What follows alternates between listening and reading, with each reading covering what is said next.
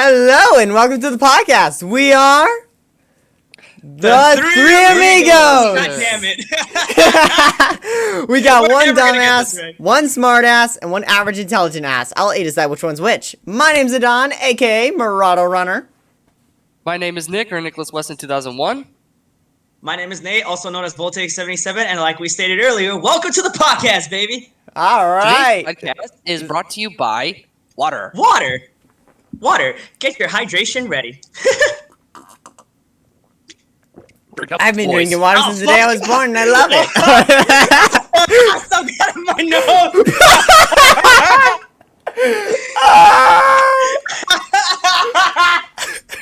Oh, good start, eh? Oh, water. You know, I'm not even gonna stop the recording. I'm not gonna stop it this time. Yeah, don't. That's hilarious. Water, give us free stuff. All right. So on today's podcast, we're going to be discussing one of the biggest things that brought the three of us together. At least I know it brought me and Nick together in high school, and eventually brought me together with this guy. Uh-huh. So we're just gonna talk about RWBY. RWBY, the web series created by Monty Ohm and Rooster Teeth. May he rest in peace. May he rest in peace. A quick silence for the man Monty Ohm. Okay, we're good. Yes. Thank you. All right. All right, so to really discuss how this whole thing's gonna go, we are gonna go down the line from how we first discovered how we first discovered RWBY, how we got into the show, what do we like about it, how we felt about each character development, and then just going on from what we thought of the story, and then how we just feel about it currently due to some of the current bad situations that we've been hearing a lot, not just from the show itself, but from the company that runs the show. And we're gonna speed run through all that in 50 minutes before Nick has to go to bed. Yeah, we're gonna try. I'm an our old best. man. I have a set schedule for bedtime. It's all right. I'm trying to fix my sleep schedule, so don't even worry about it. All right. Hey, at least I have a set schedule. Imagine That's a good having a thing. sleep That's a good thing. schedule. All right. So I guess first we're going to start with how we found RWBY. I actually found. I'm going to start if that's okay. Go ahead. Yeah, sure. The way I found RWBY was actually through a different account called Screw Attack. They're the people who produced Death Battle before Rooster Teeth bought them out. I saw the Death Battle between Yang and Tifa, and I was like, wow, this is actually really cool. I think I should look into RWBY a little more. I didn't for the past 6 months. And then I actually found RWBY on YouTube. I've been a fan ever since. I'm gonna have to agree with you there, because that's basically how I started on RWBY. I discovered them through Screw Attack, through the Yang versus Tifa Death Battle, and from there I just went down the rabbit hole of RWBY, and along the way I discovered a lot of cool things, a lot of nice content creators along the way, and we'll talk about that later, about the content creators of the franchise. How I discovered it was actually very different. I actually happened to have had a couple friends who had like the RWBY shirt on, and I always asked them because I was barely getting into anime at this time. This was like I think when I first started high school. Actually, I was still kind of new to it because I only watched a few anime, and they had the RWBY shirt. So I asked them what was it about, and they were like, "Oh, it's just like this, and that." I never got to watching it until I saw a clip, and then I'm like, screw it, let's watch it since it's on YouTube. And I watched all this. As a matter of fact, actually, after I saw the first episode, I immediately got hooked on it so much that I binge watched all 3 volumes, like in like a span of 2 weeks before the 4th volume came out. That's actually dedication right there. I know. Like, see, this is what happens when I get too much into it. Oh, Fuck you. come on. But hey, Binging at is least not the lame way. yeah. But like, I watched every single one, dude. Now, I know. here's the thing. I just wanted to show off the whiteboard. Yeah, but how dedicated I wasn't just like, oh, I watched it in a span of 2 weeks. I actually had watched some of the episodes all the way to like close to 1 in the morning, actually. Yeah, Like, I basically binged it when I found it on YouTube. I so binged then- RWBY Chibi too. Yeah. Oh, I love RWBY Chibi. I actually started rewatching RWBY Chibi a little while ago all I gotta say is because all the RWBY episodes are Chibi still up on season- YouTube. Yeah, all I gotta say is RWBY Chibi season 1 was good. Season 2 was meh for me a little bit, but season 1 will always be the best for me. But yeah, so that's how I got Gotta into admit. RWBY. Yeah, so that's how I I got like into both RWBY. seasons. I think they were great. There's a season 3, if I'm not mistaken, but it kind of got cut short. Anyways, though, yeah, so that's how I got into RWBY.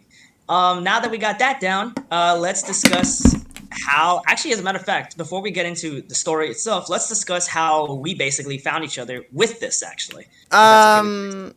Well, I guess technically you that can only skip applies to me and you, Nate. The reason I met Nick that. was because we were in high school together. Yeah, no, you guys met in Yeah. high school. I only met Adon because we by chance one of his friends mentioned me to you, and his name was Ness, by the way, guys. And He then we mentioned just my name. started talking, essentially. Yeah, we went from just random people getting to know each other to being two dumbasses to him introducing me to Nick, and here we are now doing our own podcast. In for the other first time. words, we partially have RWBY to thank for the Three Amigos. Yeah, we partially have RWBY to thank for that. Thank you. Thank you, Monty. Mwah. Thank you, All right, so Monty. anyways, Love you. onto the story. So the basic gist of the RWBY story is it starts off focusing on a girl named Ruby Rose, who is obviously the main character due to the show being called RWBY. If you haven't gotten that already, Although there's Um, there's a big debate going on whether if RWBY is the main character or if it's all 4 girls as the main character. yeah, it really depends. But in the beginning, it made it seem like it was mostly going to be like about RWBY, because considering the fact that it started with her, and there was obviously something big about her, especially when That's true. Ozpin met her. So the point of it is, there's this 15-year-old girl. At the time, she was 15. I think she should be like what 18, 17 now. She's 17 or 18 right now. Yeah, 17. So back then, she was like 15 at the time. She had ended up going to like some dust shop. I don't remember what she was doing there. And she ended Looking up at getting in a fight with some magazines. thieves. Yeah, she ended up getting in a fight with some thieves, and with our boy Roman Torchwick. God, I miss him. I don't. Fuck you. So she gets in a fight. She defeats all the bad guys, all on her own, by the way. And she's 15. Think about this for a second. They're grown ass adults, and she's 15 years old. She goes to stop him. He escapes with some woman using her semblance, which I believe was flames, to stop RWBY before she was saved by a huntress. Wait. She then takes her. No, you're talking about Cinder, aren't you? Yeah, because Cinder did that. Remember? Yeah, but that's not a semblance. That was part of the Maiden Powers. Yeah. Technically, Why are you even discussing the plot? I mean, I think people already know that, don't they? The basic rundown of it is basically it's just this girl, and then they're all going to an academy, fighting monsters of darkness, and then shit happens. Okay, there. And every melee weapon is also a gun. Oh yeah, all their melee weapons are guns, Even except for one nunchucks. character. Except for one In other character. words, Boomstick's Disneyland. Yeah. Oh yeah, but here's the thing though. Only one character actually has like normal weapons, which I think is pretty cool. Like it's old school. I love that. Actually, I think there's a couple of weapons that are not guns. And actually, speaking of the characters, let's jump right into that. Hell yes. All right. All right. I'm gonna let you. All right. I started off last time, so let's start with Nick. All right, let's start it off with the main core team. Now, for RWBY, I have to admit, RWBY is a pretty interesting character. She's like this naive, young, little sister-like character, because obviously when we got introduced to her in episode 1, we also got introduced to her big sister, Yang, who is always so proud of her when she finally got into the Huntsman Academy. And then moving on to Yang, I have to admit, is pretty cool, and I would definitely hang out at a nightclub with. Nick, your audio is glitching out a little bit, buddy. Oh, for crying out loud. Wait, you're fine. My camera? No, I think you're fine now. Okay. Anyway, I was saying, Yang is a character I would like to hang out at a nightclub. She is like the stereotypical biker chick who isn't afraid to throw punches and is all around like a really nice drinking buddy if alcohol was not involved. I will say Then that. we have... Oh, In yeah, other go on, words, Volt. okay. I was gonna quickly say like if you guys don't get why Nick is saying she's a biker girl, watch the show and you'll understand, or watch your trailer and then you'll understand. Yeah, Yep. because that Next- actually confused me. I went without watching the color trailers for a long time. Like, I just watched the entire show. I didn't know about the trailers. The red, blue, red, blue. What Yeah, the neither fuck? did I. Red, white, black, and yellow trailers. I didn't watch those until after Volume 4. Yeah, same actually. Actually, I watched them after volume like 3. Yeah, it was pretty funny. Yeah. Regardless, talking about the characters. Wait, if we're Nick's going- not done. Nick's not done. Yeah, I know. I'm just saying. Yeah. I'm actually Next, gonna write ratings we on the have- characters if you don't mind. Go ahead. Yeah, sure. Next, we have Blake. Now, Blake is obviously your stereotypical, like, quiet bookworm girl. Like, always have her nose in the book. Like, picture Belle from Beauty and the Beast. That's actually what she's that's based what her off character of. is. Yeah, that's what her character is actually based off of. Is Belle from Beauty and the Beast. Nose in a book, very quiet, and almost a little bit mysterious about her. Then we have the final girl of the team, which I say for last because she is best girl. Fight me. Once she best girl. At first in the series, she's a bit of the stereotypical She's a rich bitch. girl. Yeah, she was a bitch. Yeah, thank you, guys. But yeah, that was No her problem. in the very beginning. But then later on in the series, when we get to know her a little bit better, then we get to see what she is really like. And she's actually kind of sweet and endearing. And in my opinion, a little bit of a tsundere. Yeah, you got A little bit. Okay, a lot. Yes, A lot tsundere. All very right. much so. Your boys' opinions on main core team. Okay, on the core team, let's go with Volt. Before I Alright, so Rand? with RWBY, sorry, I'm moving around a little bit, but with like RWBY, like yeah, with like Nick said, she's just a very like quirky little girl, little sister type character. She was interesting in the beginning. Actually, I fell in love with her immediately because here's the thing, I'm a sucker. Oh shoot, I'm a sucker for like cute girls / cute things, and I'm also a sucker for like characters who have a very hyperactive, childish type of feel, because it makes me feel happy because that's how I am, you know. So when I got into her, I immediately fell in love with RWBY. She was interesting. Her character development is a bit questionable later down in the seasons, but all in all, though, her entire journey from going from like this little girl who was brought into this big time academy early, struggling but doing her best to like be the best leader she can, was very inspiring because she was proving to everybody that yes, she may be younger and she might not know a lot of things, but she's willing to do whatever she can to be the best leader she can be. And she's proven that time and time again. Sure, she has her childish moments, but you know, it works. Weiss, yeah, most definitely in the beginning, I did not like her. She was a bitch. I hoped she rot in hell in the beginning. I'm sorry, Nick, but that's my true feelings about it. Yeah, I can agree with you there. I can agree with you. I was. You're on the bench. Yeah, but over time, yeah, like Nick said, we got to see, you know, her true colors. We actually did get a little bit of a hint from, I want to say Volume 2, actually, when I think it was Volume 2. Yeah. Yeah, like we got a subtle hint about like how her life was in Atlas in some sort of way. And when we saw that, that immediately sparked something within me to be like, okay, this is interesting. Especially because the way we saw her like mood change was already like, okay, it went from bitchy to being almost like distraught or sad, so that's questionable. And then when Volume 4 came around and we saw what was really going on, you know, her going through like a very, she has like a rich family, she's going through a rich life, but her family is very, very, very broken. Her fucking sister has never spent enough time with her anymore because one, she's always like, you know, dedicated to work, and she Winter kind of basically separated herself from the family in some way. Her younger brother is a dick. Her father is a massive douchebag, and then her mom is also somewhat of a drunk. So who's drinking to forget the marriage? Yes. So in other words, you can alcohol. see how. Yeah. So in other words, you can see how bad her life was, and you can see like all the pain she was having. So from the way when you look at that, you start realizing her bitchy attitude, ego in the past wasn't like, oh, because that's how I was born, I'm gonna be like that. It was No, it's a because defense mechanism.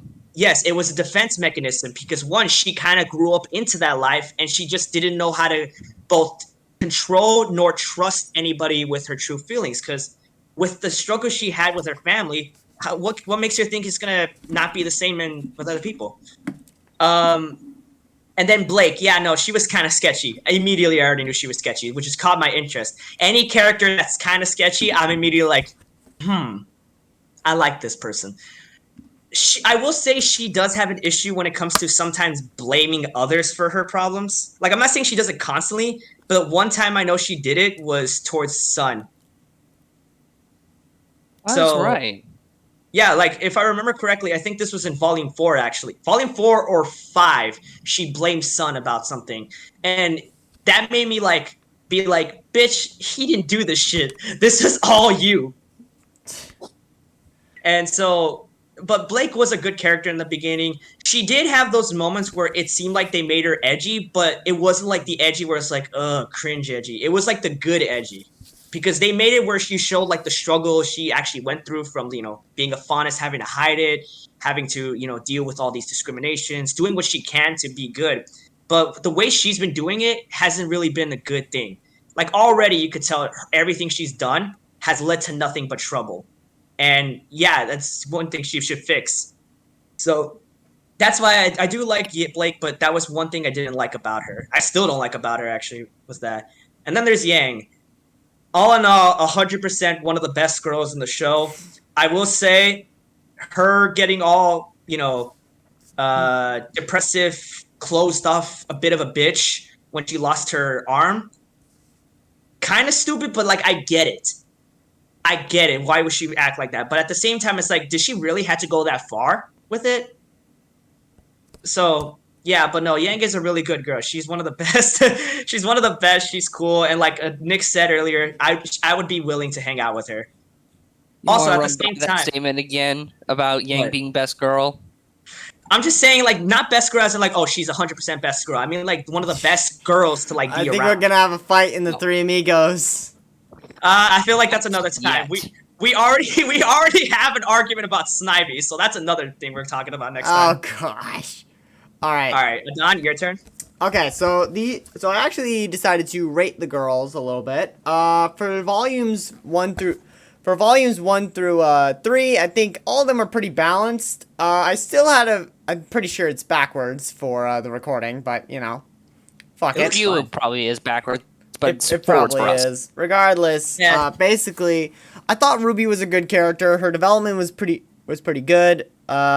She was very quirky, very funny, very childish, but that was part of her charm. I enjoyed that part of her. Weiss, I did not like her. I'll be completely honest. I freaking hated her for 2 volumes straight. And even in volume 3, when she was starting to break out of the shell a little bit, I still didn't like her.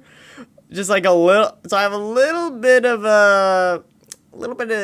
I don't know how to describe it. I just didn't. Actually, really quickly, Adon, can I dislike. stop you really quickly? Just really quickly to describe to everybody who doesn't know much about RWBY. If you look back at how Weiss was in the beginning, her fan base, she did not have a lot of people who liked her. But the second people started seeing her true colors, okay. holy shit, it blew out. We'll get into that. We'll get into that. Blake, I really liked Blake. I liked her.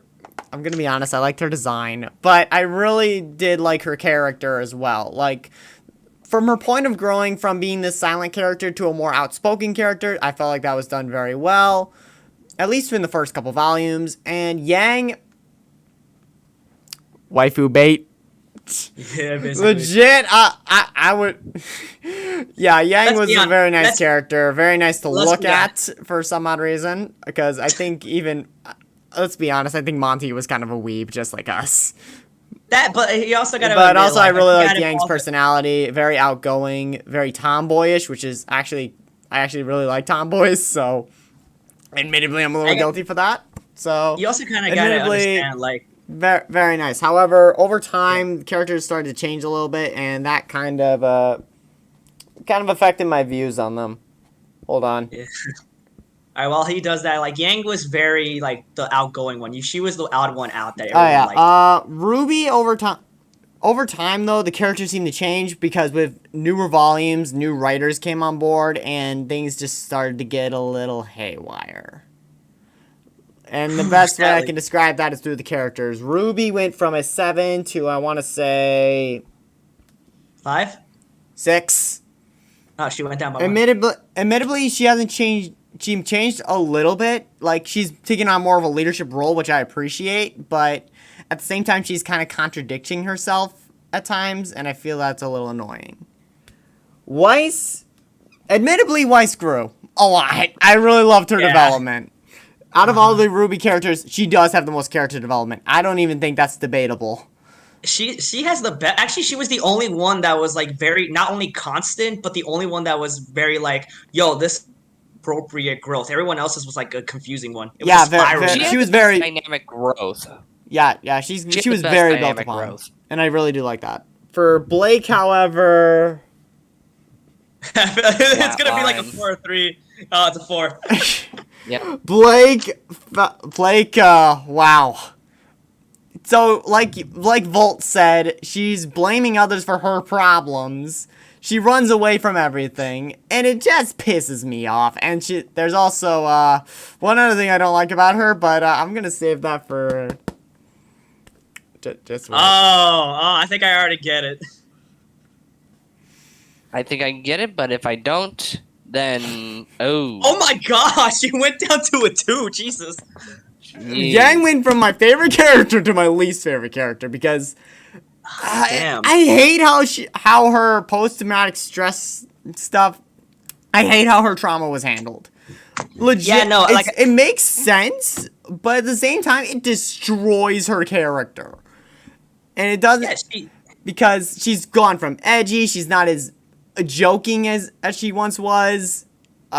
She bursts out way too frequently. And now in Volume 7, they're trying to rebuild the relationship between her and RWBY. I think that's a little too late. Yeah, that's way also, too for late. these two, I'm just going to say it. And I'm going to get hate for this, but I don't care. Fuck Bumblebee. Honestly, Bumblebee kind of ruined the show for me. So to discuss this with everyone, Bumblebee is basically the ship name between the two. The ship name between Blake and Yang. It was very popular in the beginning because it was like it was like the very like best. There was dynamic a ship war between Black Sun and Bumblebee, and Bumblebee. Also, I think Blake might secretly be a harem protagonist because let's be honest, she has the attention of 4 different characters. 4. But yeah, 4. Who's the 4th one? I think I know who the 3rd one is. Who's the 4th one? Sun, Blake,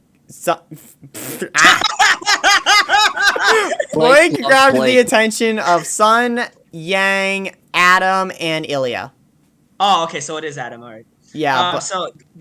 But Bumblebee was like one of the best ships in the beginning. Back before this was canon, it was one of the best ships ever. But when Rooster Teeth forced it into the show, everyone lost. But basically, the best description I can give about this, I used this in high school too. You can ask Nick. I've said this for years.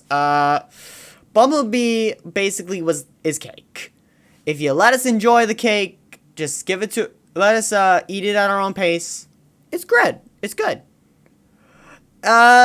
Volume 6 is where this really popped off. Basically, they grab the cake and force it down our throats. Basically.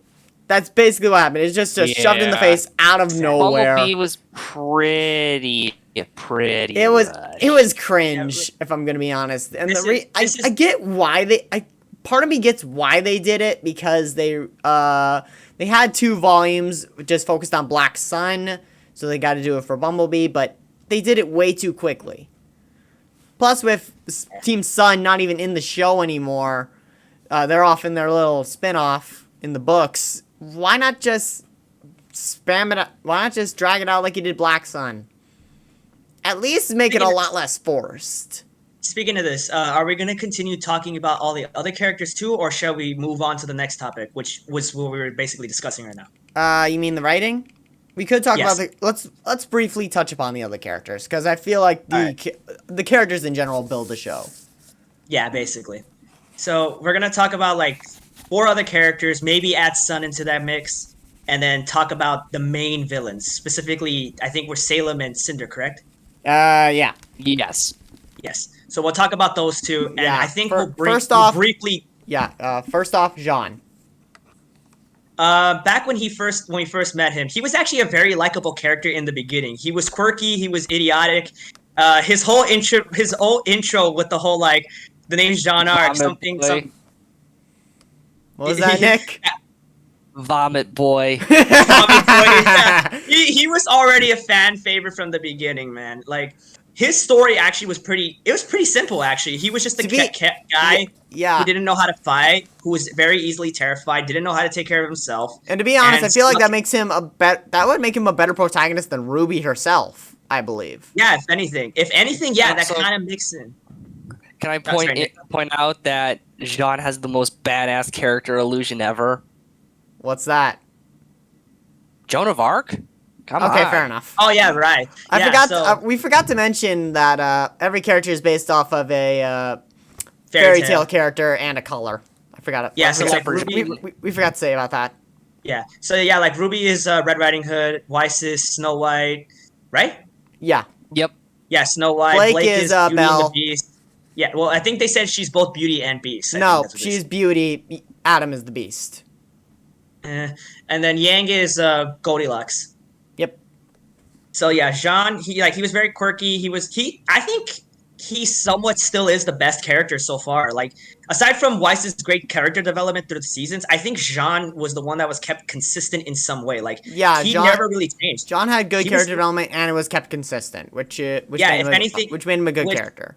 Yeah, which brings back Don's statement about saying like, oh, that would have made Jean a better protagonist than RWBY. If anything, if they did go through with that, like if Jean's the only one that's has a constant good storytelling going on right now through the seasons, even though he's not the main focus, is enough for it to be like, why wasn't he the protagonist? Exactly. Moving on, Nora. Okay, I'm gonna be honest. I love Nora, I really do, but I feel like with the most recent volume, they kind of screwed up her character. Some way, yeah. Because she kind of departed from Ren and went a bit nuts. So I'll let them explain that bad part. But actually, I think Nick has something to say, and we haven't been letting him talk. Nick, do you have anything? No, go ahead. Yeah, Nora's character in the latest volumes was. Yeah, so to kind of express... I love his facial expression. I know. So to kind of express why they're cringing, back when Nora first came in, she was, just like RWBY, she was quirky, but she basically was, she looked like she was on crack cocaine 24/7. And everyone fell in love with her. She was one of the best characters ever, and her ship with Ren was the biggest thing ever. And when it became canon in Volume 4... It is adorable, and I love it. And when it became canon that it was happening in Volume 4, everyone was happy about it. But it's not actually kind of somewhat canon. I mean, it hinted towards it though. Well, but honestly, when you really think about it, if we're going into we're gonna dabble in writing real quick. They kind of rehashed that storytelling from Volume 4 into Volume 7, I believe. If you really think about it. Maybe. All right, so that was Nora. Next up is Pyrrha. My favorite character. Who was killed off.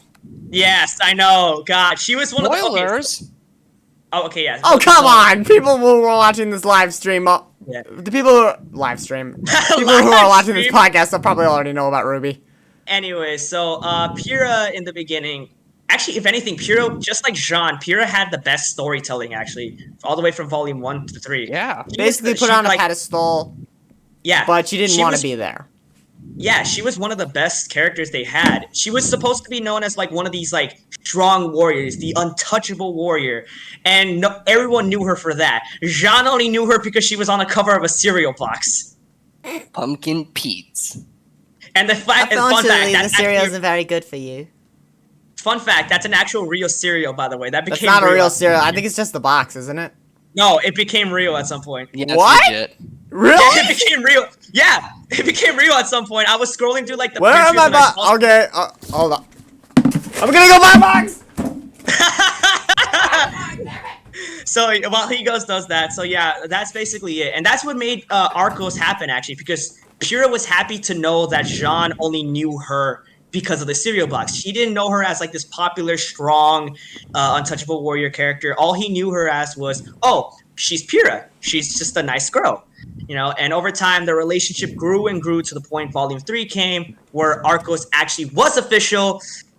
Sadly, was cut short because during Volume 3 is when the story fully took place. Okay, yeah. And Pyrrha unfortunately really was killed quick. off. yeah, let's just say really that, quick. yeah, let's just Chime in, Nick. let's just say, yeah, let's just say she got shot in the heart. And I the would Bon Jovi sing the song. song, but I don't want to get us copyrighted. Yep, cue the Bon song? Jovi song. All right. Finally, let's touch up on Ren real quick. Very nice character. Very chill. I'd say he's probably the most sane out of the bunch. yeah, And as Ren would say, just a simple bow. That's oh all yeah, it is. yeah. No, Ren was like the most like, aside from Weiss, he was the most professional out of all of them. That's true. He was. Very nice. Also, he apparently I've heard he makes great pancakes, and now I want his pancakes. I want some I know, pancakes. I want some pancakes, guys. I know, like, dude. Honestly, I Ren gotta is learn to one make of- pancakes. Damn. Dude, they should make a restaurant based off of Ren because of that. Nah. Call it the Lyran. Actually, that would work. Anywho, let's go into writing. I know you said we're going to talk about villains, but really those villains kind of tie into the writing. So Yeah. That's so true. the How- beginning of the show was fine. It was just more of episode to episode, which was pretty good. Volume 2 had the best storytelling out of all of them, in my opinion. yeah, it gave then- hints slowly too with the story. And then we got into Volume 3 where everything became a little more connected. And then Volume 4. I mean, Volume 4 was okay. It's just everything else after that was like. it was what's happening? Volume 4 was fine. It was just it was the kickoff to the downfall. Yeah. The Yeah. downfall started with the fall of Beacon because really Volume 4 was just kind of character assassination for Yang, as I said earlier.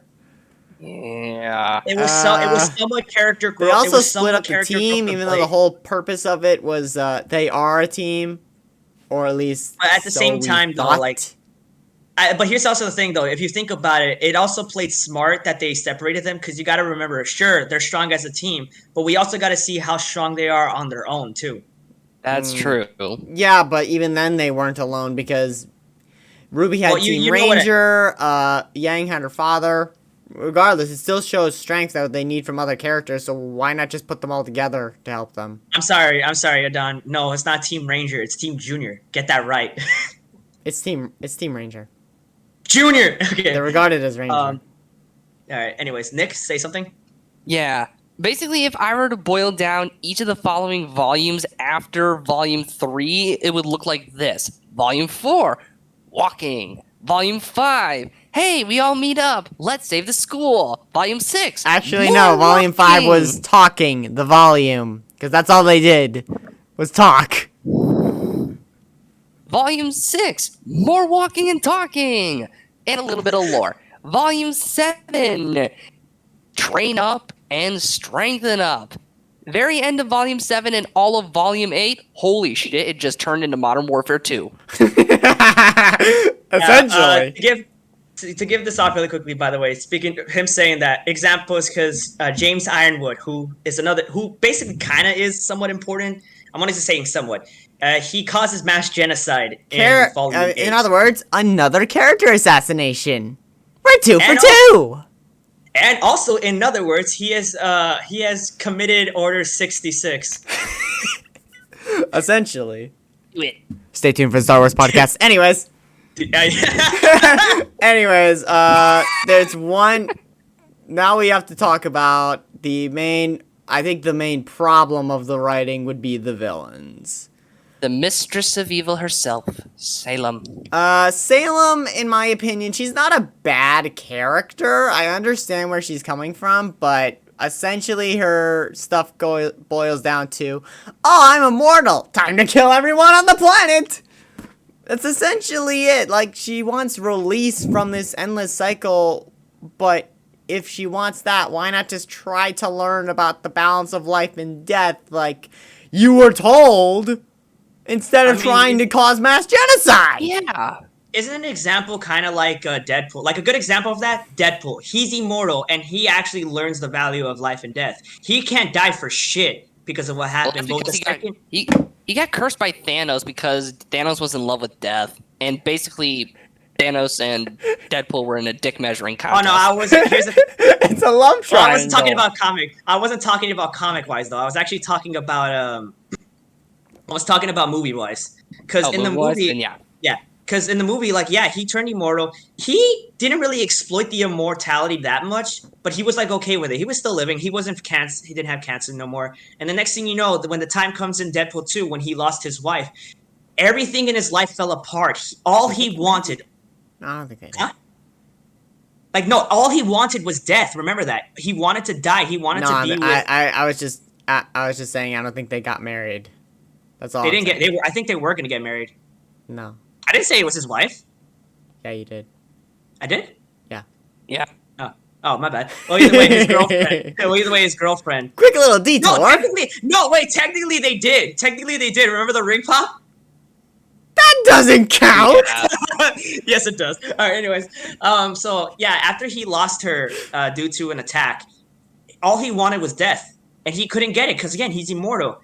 He's learning the meaning of life and death, and he nearly got his wish to die and be with her until Cable decided to reverse time and change it all up. Which, granted, was nice, but at the same time, it's like it kind of fucked up what he was doing. But then again, it's Deadpool. Who the fuck do you care? Who the fuck cares? That's true. Yeah. So if they were to do the same thing with Salem, I feel like it probably would have worked in some way, but they just full on went, oh, I'm immortal. Like Adon said, oh, I'm immortal. Time to cause mass genocide. Pretty much. Also, can we just point out the fact that in one of Ozpin's first incarnations, he hooked up with Salem, and they had 4 kids?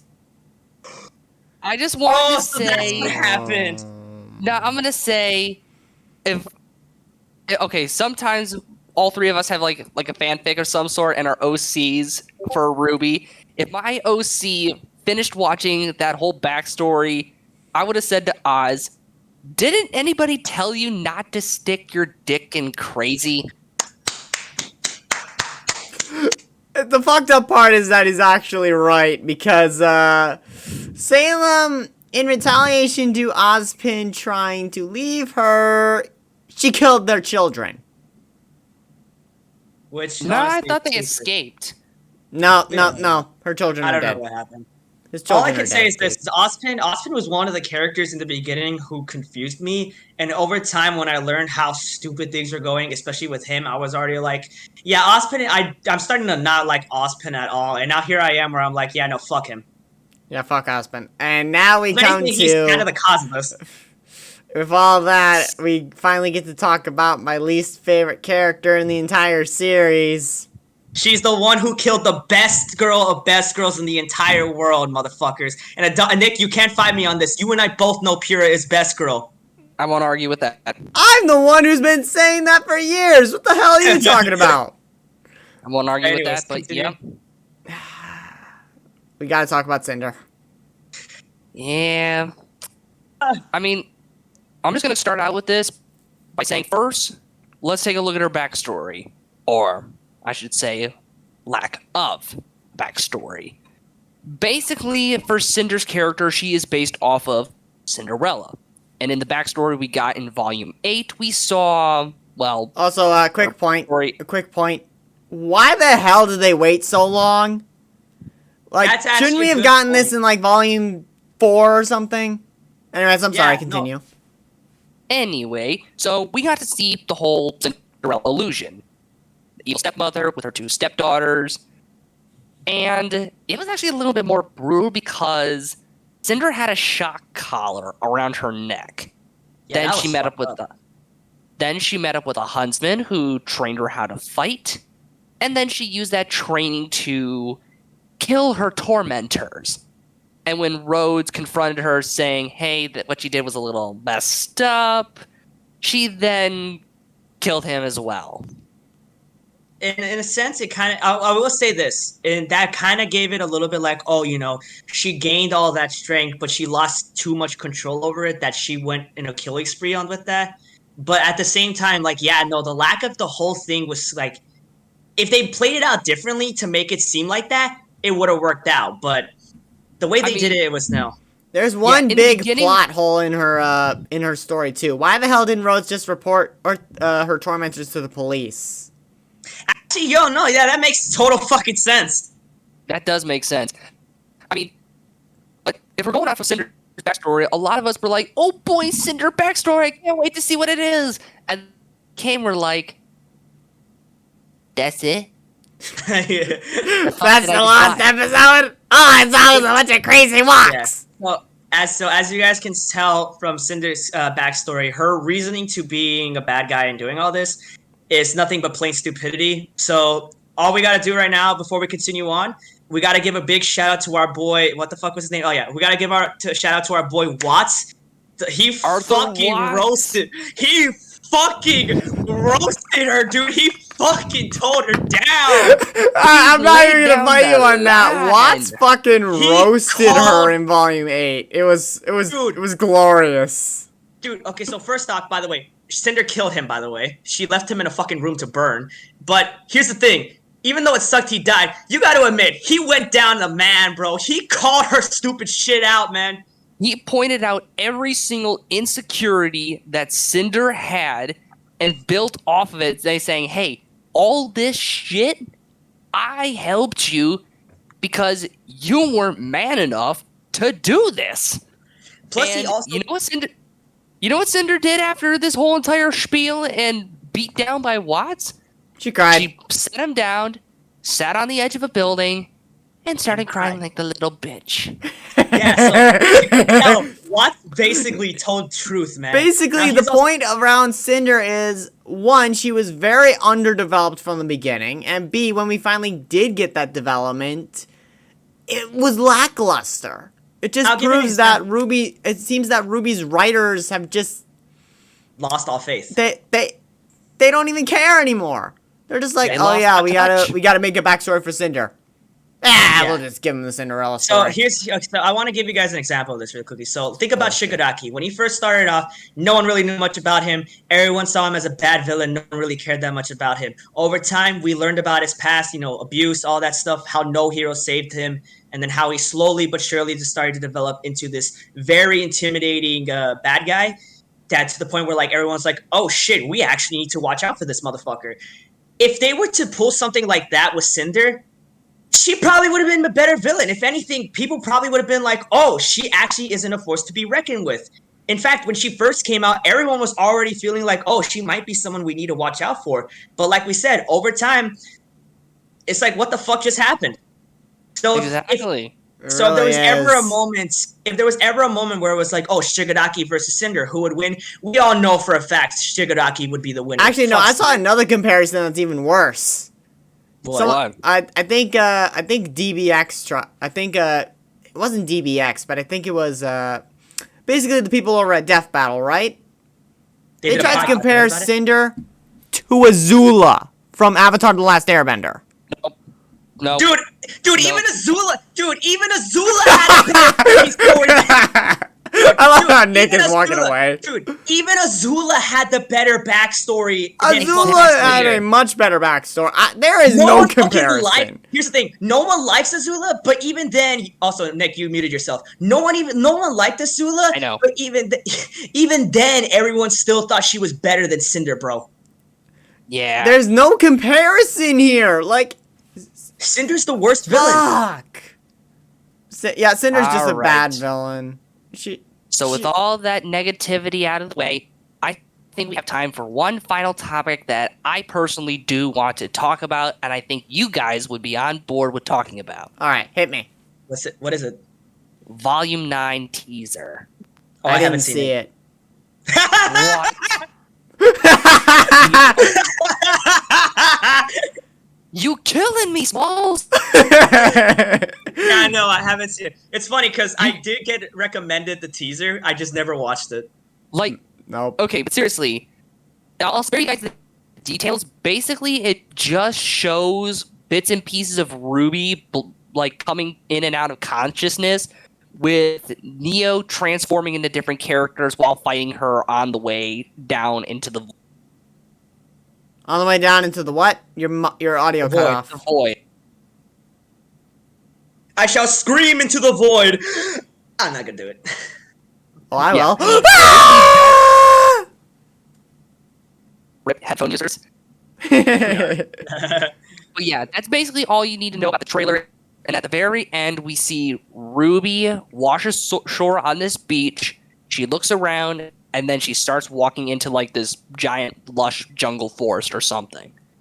Yeah, they're really taking a detour of Volume 9. I'm just hoping that the writing is getting better. From what they did, That's all I care about. I just hope the writing gets better. Like, we have books now. I actually have both of the books upstairs from After the Fall. I haven't read them all the way through, but I don't get it. Why do I have to buy books to keep up with a story? Like, if you want to tell the whole story, why not just, I don't know, put them back in the show? Yeah, true. You know, it's just a That's true. Or even then, just make like mini episodes for them. Like, let us see. Exactly. Why the fuck do I Like, have to go buy a book? All right. So all in all, we gotta say, rundown from this. We started off very good with RWBY. Like, when we first got into it, it was probably one of the best things we got into. We met a lot of cool people, but then over time, hold on. Yeah. I got this. Okay. All right. What would you guys rate RWBY at? Let's say volumes 1 through 3. 1 through 3 was the best development ever. Like, it was a good way to bring up the story. Yeah, I'm gonna give it out of 10. I'm gonna have to give it out of 10. I'm gonna have to give it like maybe a 7.5. Okay. Nick gives him a 7.5. Volt, what do you give them? I give it a solid 8. Okay, 8, and I will give it a 7. So that's how we started out. Very nice. And now Very nice. we go to volumes. Let's go from volumes 4 through volume 8. First, okay. Nick, please give me your score. If we're just going off of all of it from volume 4 to 8, I'm gonna have to say that kind of lowered it maybe a whole 2 to 3 points. I'm gonna say let's give it maybe a solid 4, maybe. Okay. So Nick gives it a 4. Volt, what's your score? So honestly, after Volume 4, I only watched Volume 5, Episode 1, and then I kind of just didn't watch it after that. just I after the basic knowledge you know. Yes. What? After hearing everything I did and seeing some things from YouTube, I will say that over time, I kind of just everything went from good to bad. So I'm gonna have to say 8's gonna have to go all the way down to 5 points, 3. 5.3 or 5? No, it's 8. It's gonna go down from 5 points, so it's gonna be from 8 now to 3. Okay. So Volt gave it a 3. I am going to, you know what? I feel like a bitter bitch today, so I'm going to give it a 2. Rooster Teeth, Okay. basically what we're saying, get your shit together, get your writing staff under control, start communicating more, stop freaking having problems in the office, and just make a good story. That's all we're asking for. If anything, when you look at like some of the fan stories that even like the fans made, you could even tell like their stories would fit perfectly whether for canon or not. Dude, like, legit, the only thing keeping this community alive, I can't even say the fan base because a lot of new RWBY fans are really toxic. That's a big thing that RWBY is famous for now. We've been getting a lot of toxic fans recently. Oh yeah, there's a lot of toxic fans, but all in all, there's still some RWBY fan fiction out there. Yes, some of us read fan fiction. Surprising. Yep. But Yep.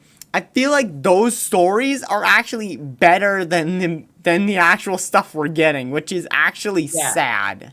Yeah. It really Yes, is. So all in all, I feel like they just lost. Like part of it is Like- because Monty sadly passed away, but even then, that's not that great of an excuse. Like you should at least know how to write a basic story. I Yeah, don't even and- care. I don't even care if they. I will give them this. They took risks, but those risks did not pay off. So Yeah, it's one thing. they would have been better off if they played it basic. Yeah. They shouldn't have took so many risks. Like once in a while, yes, but there was a lot that they fucked up with. Oh yeah. That's why, like, when you read so much when you read the over. fanfic, yeah. That's why when you read the fanfics, you're like, they give you some hope. Like they don't give you hope, but they give you back nostalgia for how good RWBY was in the beginning, which is why some people are still willing to be in the fandom. The only reason I'm still with RWBY is because it has a special Yeah. place in my heart. That's how Yeah. me and Nick Same. became. That's basically one of the reasons why me and Nick are friends. That's why me and you are friends, Volt.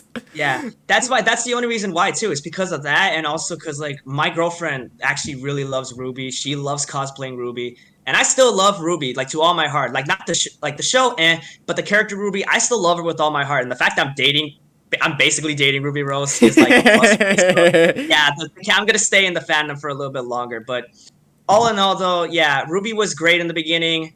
Rooster Teeth, you kind of fucked it up over time. But we do have to thank some of the fans, at least the good fans, not the toxic ones, Yeah. for keeping the fandom strong as long as you can, giving us good fan stories, even if it's just the same story, but better writing. It's really awesome. So thank you guys so much for that. All in all, I think our final thoughts are Rooster Teeth. Get your shit together. Get good. Yeah, just get your shit together. That's all we're Alright, asking for. yeah, so All right. Is there anything else you guys want to talk about, or are we good? That's all. All right. Yeah, everything's all good. I think this was a very successful podcast, gentlemen. Everyone, thank you so much for watching. Thank you so much for tuning in. Be sure to keep on the lookout for more podcasts. We are hoping to do more in the future. Also, come check me out on Twitch. I stream basically Pokemon content all the freaking time. Go check out Nate's YouTube channel. He posts stuff every day. Nick doesn't have any socials, so I can't shout him out for anything. Yeah. I'm incognito at the moment. Yeah. He is incognito. Also, keep a lookout.